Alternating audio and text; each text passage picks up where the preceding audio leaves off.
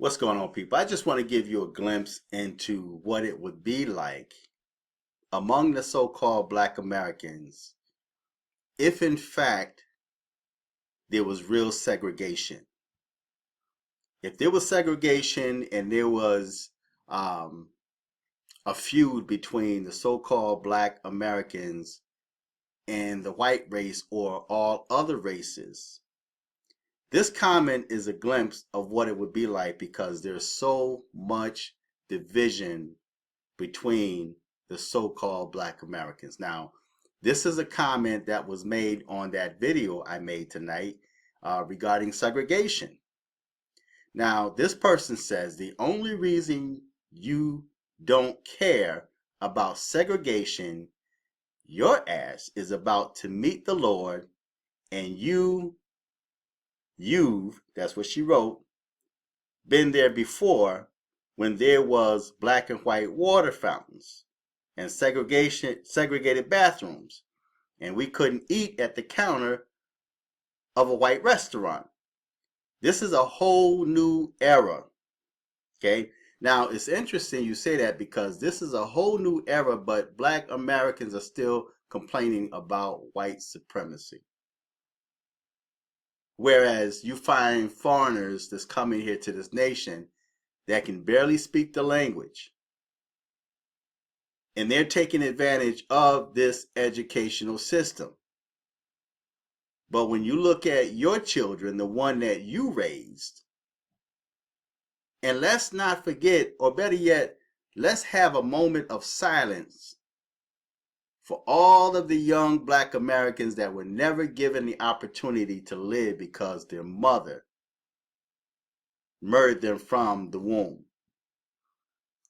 This is how strong black on black hate is within the so-called black community in America. So you hear a lot of Black Americans talk about white supremacy and racism and discrimination and what we don't have and what we need, and you attack Donald Trump.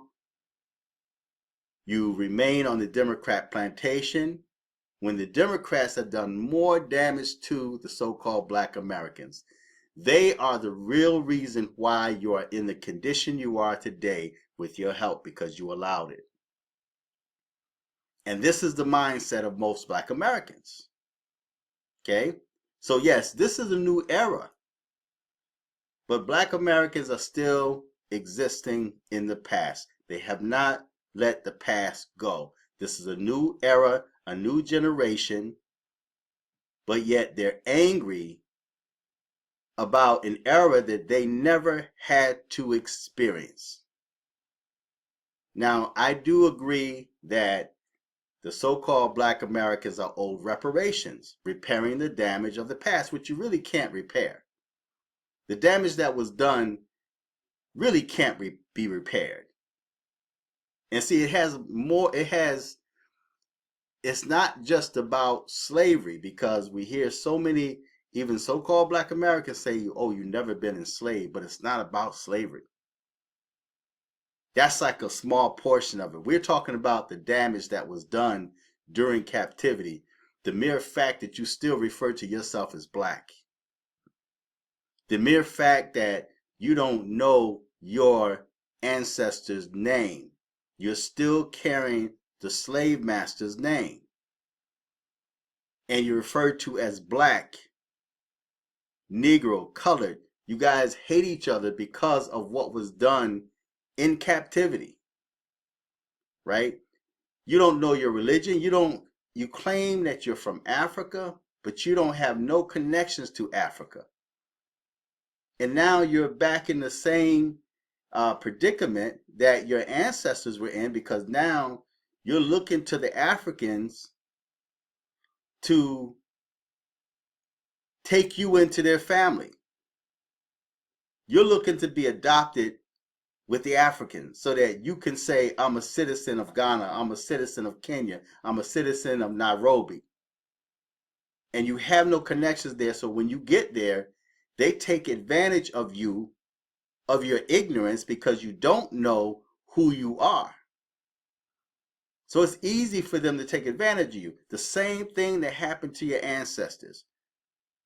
When these same people, these so-called Africans, were slave catchers, were some of the number one people that helped to capture your ancestors, put you in the condition that you're in today.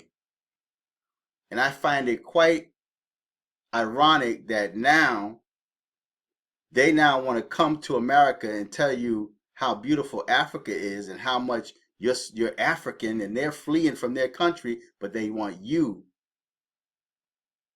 to switch places with them, trade places. Right? I find that quite interesting. So, yeah, we're in a new era, but Black Americans have not changed their mindset. You're a lot worse than my generation was, or people when I was growing up. At least we had black businesses and we supported black businesses. We fought for a cause. Most of us were united, unlike today. And then she goes on to say, let's not forget how we was treated as black people when we were segregated. I'm sure you meant to say segregated. I'm tired of all black men. And see, that's a problem, because now it's black men against black women, light skin against dark skin, black people against white people, black people against, you get the point? Black Americans are against everyone, even Africans. The whole feud thing that's going on the internet between so-called black Americans, black Brits, and Africans. So now I'm tired of all black men. See, this female, she wants a white dude. She wants a white dude because you got black women that's got these septum rings in their nose to try to attract white men because they're looking at the white man's goods. White men are after African women because they're looking at the African land. See, if they marry these African females, now they have attachment to Africa, the land. When in South Africa you have, the natives, the black Africans, are not even allowed to be in certain areas in South Africa. The white people don't allow them in their own land. Right? So this chick, she wants a white dude. Or she may want a female. Because we're dealing with a whole different spirit in this day and time. I'm tired of all black men with nothing to lose. Talk about they don't mind being segregated. But this is what y'all wanted. You talked about Trump. You call him the orange man. You say he was a racist and white supremacist when Joe Biden was saying that he didn't even want his kids in the same school as your kids. The Democrats were the ones that put you in the condition you're in. Talking about racism and discrimination. The Democrats don't like you. They only use you for votes. Yeah, see, they're fighting for the immigrants, the migrants. But what did they give you? What did Obama give you? What did Obama do for the so-called black Americans? Nothing. And you guys are loyal to them. I'm tired of all black men with nothing to lose. Talk about they don't mind being segregated. You're about to take a dirt nap. Now, let me tell you something about that. I'm going to be here a long time, number one.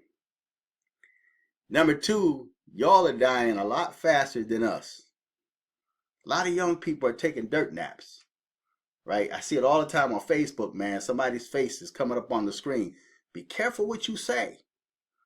See, you think you're saying something by telling me that I'm about to take a dirt nap, and then watch, your face, your children, or one of your loved ones' face might pop up on my screen on Facebook. And then you're on there asking for donations because you guys don't have any life insurance. Or you got a little cup in a corner store begging the Arabs for money, hoping somebody put some change in there so that you can bury your loved one, or better yet, take the money for yourself. See, a lot of black people love to take advantage of GoFundMe, right? See, so be careful when you start talking about people taking dirt naps and how old they are, because I'm outliving you, right? So Finally, she says, "You're about to take a dirt nap, so you don't care what goes on when you meet your Lord, right?" But listen, like I said, segregation has nothing to do with me. I'm gonna continue. Listen, when I was growing up in the '60s, didn't affect me because see, we went on about our own business, man. I mean, I got my education as a child. You know, I still played, and we played in our neighborhood. You know, had a few white friends. There was a couple of white people that wanted to be friends with us. You know, they were cool, right? But it was a lot better than how things are today, man. People can't even ride the subways, man. Being attacked on the subways. Just the seniors walking down the street, man, being attacked from behind. Somebody just walking up in front of them and just clocking them in broad open daylight, and nobody does a thing. Everybody's got their video cameras out. So yeah, I'm proud to be in my age. And I know one thing, when it's time for me to take that dirt nap, I'm ready with the Lord. But see, nowadays we got black folks. Listen, black people are on their way back to captivity. You're talking about, oh, the curse is over 500 years. We recently just came out of the curse. Black people are about to send themselves back into slavery. Joe Biden told you they're going to put y'all back in chains. He knew exactly what he was talking about because he know black people, right? He know the so-called, he know his people, the so-called black Americans that vote for him, right? See, so y'all are sad, man. Y'all are sad. You're in a sad state. See, so I don't mind. I know I'm going to meet my Lord and I'm going to be in a good place with my Lord. Whereas a lot of y'all folk, this generation, are witches. They're witches and they're talking about their Satanists and they're cursing God. The same thing that set your ancestors into captivity, you're now embracing, sending your children back into captivity. See, black Americans are doing this. You talk about the previous generations and what our ancestors did, and y'all not going to make that same mistakes. You guys are doing worse. Because not only you are murdering your future, you're destroying your future children. You have nothing for them. What you going to give them? The Democrat Party? Vote Democrat. If you don't vote Democrat, you ain't black. That's all you got to give your kids is vote Democrat. And calling Trump the orange man. And attacking black Trump supporters. Right? You have nothing set for your children's future. See, a lot of y'all are barely making it. As a matter of fact, they're pushing your children through school because they don't want to learn. And more than likely, they're not learning nothing from home. So yes, I'm proud to be who I am, my age, right? I saw, listen, like Martin Luther King says, I see the promised land. I may not get there with you, right? But see, I see what's coming in your future and in your children's future if y'all don't get things together. If you don't get your act together, man, you know, your children, you and your children are going back into captivity. You're left behind. Already you're straggling behind. You're on the bottom. And you got the nerve to come against me, right? But go on and get you a white man. You know, we're in that time now where you can have whoever you want to, right? Nobody's stopping you. Get you a white man. Yeah, you hate your daddy. Now how y'all be like, oh, you hate your mama? Yeah, you hate your daddy, you hate your sons. See, and that's why a lot of these young black kids, man, these young black boys are dying in the street because the mother despised them. She despised black men because she said, you know, I'm tired of all black men with nothing to lose. Well, they was raised by their moms. What do you expect? See, they didn't come up in my generation where they had strong women and strong men. See, this generation, I don't know what's going on with this generation, you know, and you got black men that don't even want to marry black women.